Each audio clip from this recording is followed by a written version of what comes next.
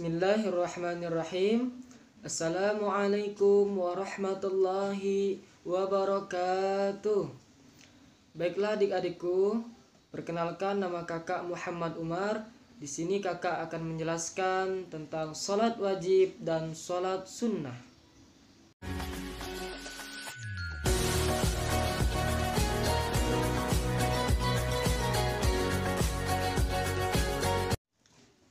Di antara ibadah yang mendekatkan diri manusia kepada penciptanya adalah sholat. Bentuk peribadatan ini salah satu tugas utama manusia diciptakan di dunia. Sholat juga merupakan bentuk keimanan kita pada Allah Ta'ala yang diwujudkan dengan perkataan, perbuatan, dan keyakinan hati. Sebenarnya apa sih pengertian dari sholat fardu itu sendiri? Ada yang tahu? Baik, berikut penjelasannya. Salat adalah kewajiban paling utama setelah dua kalimat syahadat dan merupakan salah satu rukun Islam. Rasulullah Shallallahu Alaihi Wasallam bersabda, Islam itu dibangun di atas 5 perkara, yaitu bersaksi bahwa tiada sesembahan yang berhak disembah kecuali Allah, dan sesungguhnya Muhammad adalah utusan Allah. Menegakkan sholat, mengeluarkan zakat, mengerjakan haji ke Baitullah, dan berpuasa pada bulan Ramadan. Hadis riwayat Muslim. Pengertian sholat fardu secara bahasa. Secara bahasa, kata sholat berasal dari bahasa Arab yang berarti doa. Sedangkan menurut istilah, sholat didefinisikan sebagai suatu bentuk peribadatan dalam bentuk rangkaian kegiatan yang dimulai dengan takbiratul ihram dan diakhiri dengan mengucapkan salam. Sholat merupakan cara menyembah Allah yang telah ada sejak sebelum diutusnya Nabi terakhir, Muhammad Sallallahu Alaihi Wasallam. Hanya saja berkat rahmat Allah Ta'ala, Rasulullah diberi wahyu untuk memperbaharui syariat sholat yang telah diturunkan pada Rasul-Rasul sebelumnya. Kabar tersebut tercantum dalam beberapa ayat Al-Quran, seperti dalam surat Maryam ayat 55 yang menggambarkan tentang sholatnya Nabi Ismail alaihi salam. Bismillahirrahmanirrahim. Wa kana ya'muru ahlahu bis salati waz zakat wa kana 'inda rabbih mardiyya. Artinya, dan Ismail menyuruh keluarganya untuk melaksanakan sholat dan zakat, dan ia adalah seseorang yang diridhoi di sisi Tuhannya. Syariat sholat fardu pun disempurnakan saat Allah turunkan wahyu kepada Nabi Muhammad sallallahu alaihi wasallam dalam peristiwa Isra dan Mi'raj yang terjadi sekitar 18 bulan sebelum peristiwa hijrah. Dalam peristiwa tersebut, Rasulullah sallallahu alaihi wasallam diperintahkan untuk menegakkan sholat 5 waktu. Seperti yang diriwayatkan dalam hadis sahih Imam Bukhari nomor 342 dan Muslim nomor 163, bahwasannya Rasulullah Shallallahu Alaihi Wasallam bersabda, loteng rumahku terbuka saat aku berada di Makkah. Kemudian Jibril turun, ia memegang tanganku dan mengangkatku ke langit. Kemudian Allah memfardukan sholat 50 waktu pada umatku. Maka aku kembali lagi dan dia Allah berfirman, sholat 5 waktu itulah pahalanya sama dengan sholat 50 waktu. Tidak akan tergantikan lagi pertanyaanku. Sejak saat itulah sholat wajib atau sholat fardu yang 5 waktu sehari semalam difardukan bagi umat Nabi Muhammad SAW. Adapun waktunya ialah subuh, zuhur, asar, maghrib, dan isya. Sholat 5 waktu tersebut pahalanya sama seperti sholat 50 waktu. Terlebih jika dilakukan di masjid secara berjamaah, baik laki-laki dan di rumah bagi perempuan, akan dikalikan 27 kali lipat. Kedudukan sholat dalam Islam. Kita dapat melihat keutamaan sholat tersebut dalam beberapa poin berikut ini. Yang pertama, sholat adalah kewajiban utama. Pengertian sholat fardu adalah kewajiban paling utama setelah 2 kalimat syahadat dan merupakan salah satu rukun Islam. Seperti yang sudah dituliskan sebelumnya, kedudukan sholat masuk dalam rukun Islam, hadis riwayat Muslim nomor 106. Rukun berarti hal yang mutlak wajib dilakukan, dan jika tidak dikerjakan maka tidak ada yang bisa membantu menggugurkan rukun tersebut. Yang kedua, sholat merupakan pembeda antara muslim dan kafir. Rasulullah Shallallahu Alaihi Wasallam bersabda, sesungguhnya batasan antara seseorang dengan kekafiran dan kesyirikan adalah sholat. Barang siapa meninggalkan sholat, maka ia kafir. Hadis riwayat Muslim nomor 978. Yang ketiga yaitu sholat penyebab tegaknya agama seseorang.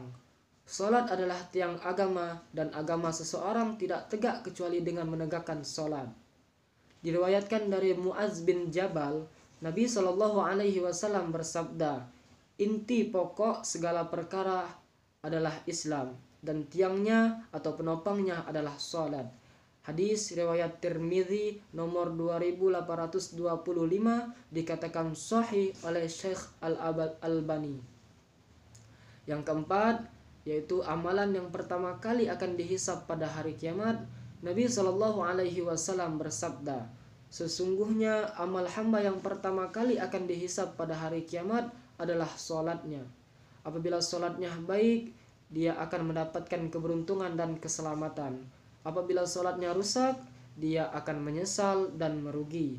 Jika ada yang kurang dari sholatnya, sholat wajibnya, Allah Tabaraka wa Ta'ala mengatakan, lihatlah apakah pada hamba tersebut memiliki amalan sholat sunnah.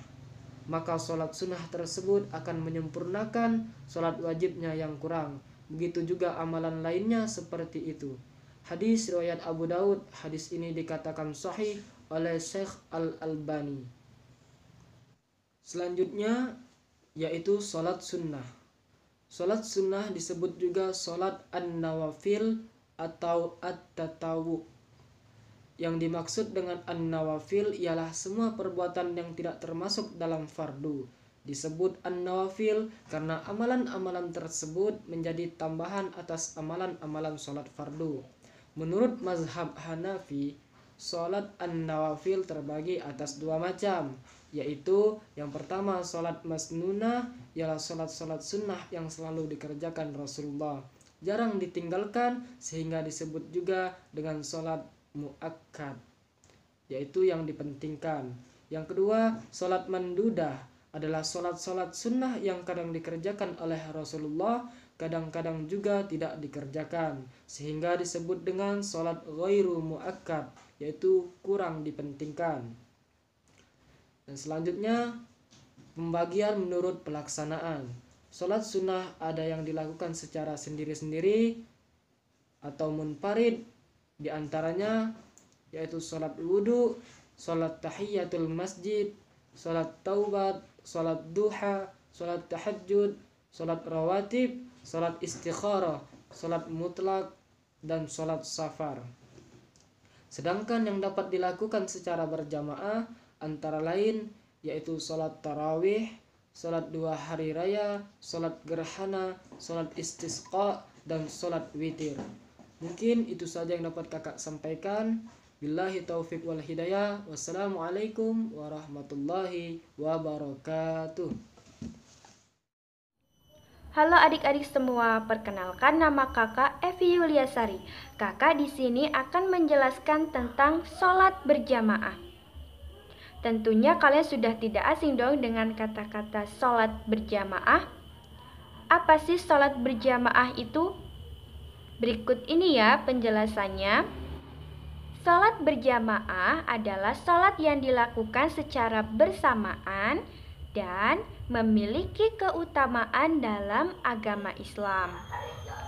Kemudian ada yang tahu nggak sih orang yang berdiri di depan dan orang lain mengikutinya disebut apa coba?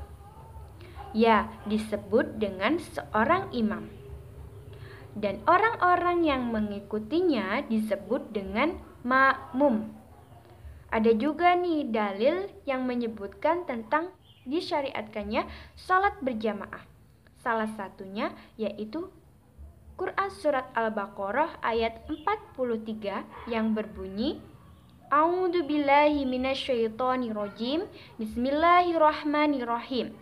Wa aqimus sholata wa atuz zakata warka'u ma'ar rakiin, yang artinya dan dirikanlah sholat, tunaikanlah zakat, dan rukuklah beserta orang-orang yang rukuk. Lalu bagaimana sih hukum dari sholat berjamaah ini? Ayo, ada yang tahu tentang hukum sholat berjamaah ini? Wah, ternyata banyak ya yang belum mengetahui tentang hukum sholat berjamaah.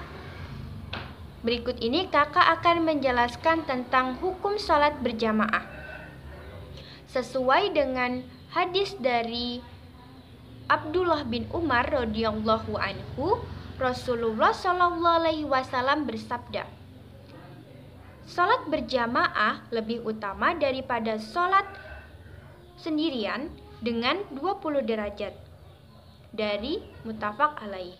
Dari buku karya Hashibiyallah yang berjudul Fiqh dan Usul Fiqh, Metode Istinbat dan Istidlal, yang menjelaskan bahwa Imam Syafi'i dan sebagian ulama berpendapat bahwa sholat berjamaah pada sholat 5 waktu adalah fardu kifayah bagi orang laki-laki yang mukim atau tidak musyafir dan memiliki kesanggupan untuk menampakkan syiar berjamaah pada setiap negeri kecil atau besar. Sedangkan dari sumber lain mengatakan bahwa sholat berjamaah, hukum sholat berjamaah itu ada 3, yaitu sunnah muakkad, fardu kifayah, dan fardu ain. Sunnah muakkad ini adalah pendapat yang terkenal dari murid-murid Abu Hanifah, mayoritas murid Imam Malik, banyak dari murid Imam Syafi'i, dan salah satu riwayatnya dari Ahmad. Kemudian fardu kifayah. Fardu kifayah ini adalah pendapat yang diunggulkan dalam mazhab Syafi'i, pendapat beberapa murid Imam Malik, dan salah satu pendapat dalam mazhab Ahmad. Kemudian ada fardu ain. Ini adalah pendapat yang dinas dari Ahmad dan imam-imam syalaf lainnya, fuqaha, ahli hadis, dan lainnya. Ternyata ada syarat untuk sholat berjamaah itu sendiri. Untuk memperoleh keutamaan dalam sholat berjamaah, ada beberapa syarat yang harus dipenuhi untuk seorang imam maupun makmum itu sendiri.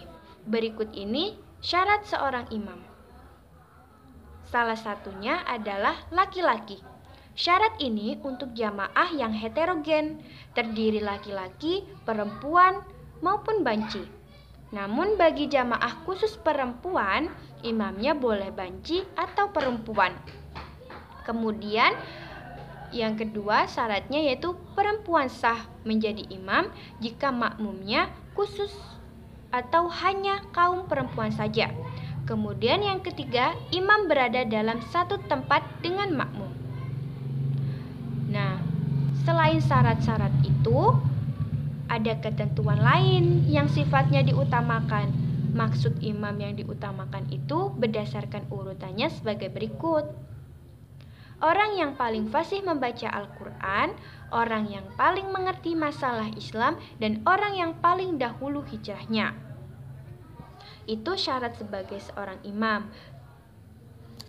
Kemudian ada juga nih syarat sebagai seorang makmum, yaitu yang pertama berniat atau makmuman mengikuti imam, kemudian mengiringi imam dalam semua pekerjaannya, dan yang ketiga mengikuti setiap gerakan sholat imam. Yang keempat berada dalam satu tempat dengan imam. Yang kelima, tidak berdiri di depan imam. Yang keenam, mengikuti imam yang aturannya sholatnya sama. Dan yang ketujuh, tidak beriman kepada orang yang sedang menjadi makmum.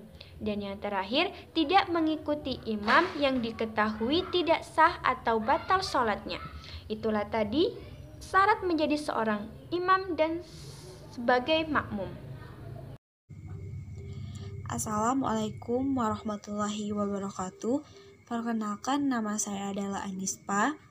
Di sini saya akan melanjutkan materi kami yang berjudul Salat Munfarid. Apa sih salat munfarid itu? Adik-adik pasti belum tahu. Salat munfarid itu adalah salat yang dikerjakan dengan cara sendirian, baik mengerjakan salat fardu maupun salat sunnah. Contoh dari salat munfarid adalah salat hajat, salat istihara, salat tasbih, salat tahiyat masjid. Salat hajat adalah salat sunnah yang dilakukan seorang muslim saat memiliki hajat tertentu dan ingin dikabulkan Allah. Salat hajat dilakukan antara 2 hingga 12 rakaat dengan salam di setiap 2 rakaat. Salat ini dapat dilakukan kapan saja kecuali pada waktu-waktu yang dilarang untuk melakukan salat.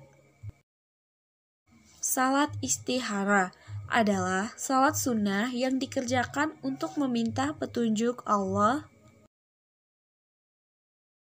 oleh mereka yang berada di antara beberapa pilihan dan mereka ragu-ragu untuk memilih atau sesat akan memutuskan suatu hal.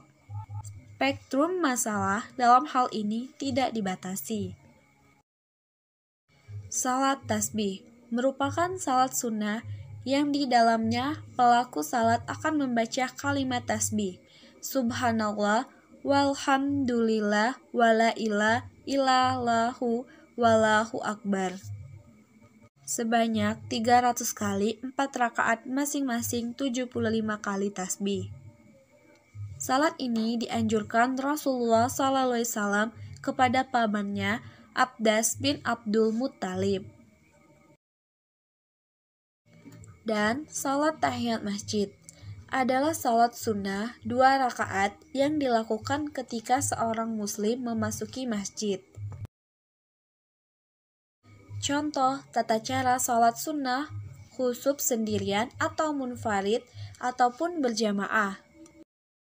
Niat salat sunnah khusuf dilafalkan, takbiratul ihram, membaca doa iftitah, membaca surah Al-Fatihah, membaca surat-surat Al-Quran dengan panjang sekitar 100 ayat, ruku dengan waktu menyamai waktu berdiri. Mungkin itu saja yang dapat saya sampaikan. Bila ada salah kata dalam penyampaian, saya minta maaf. Kepada Allah saya mohon ampun. Wassalamualaikum warahmatullahi wabarakatuh.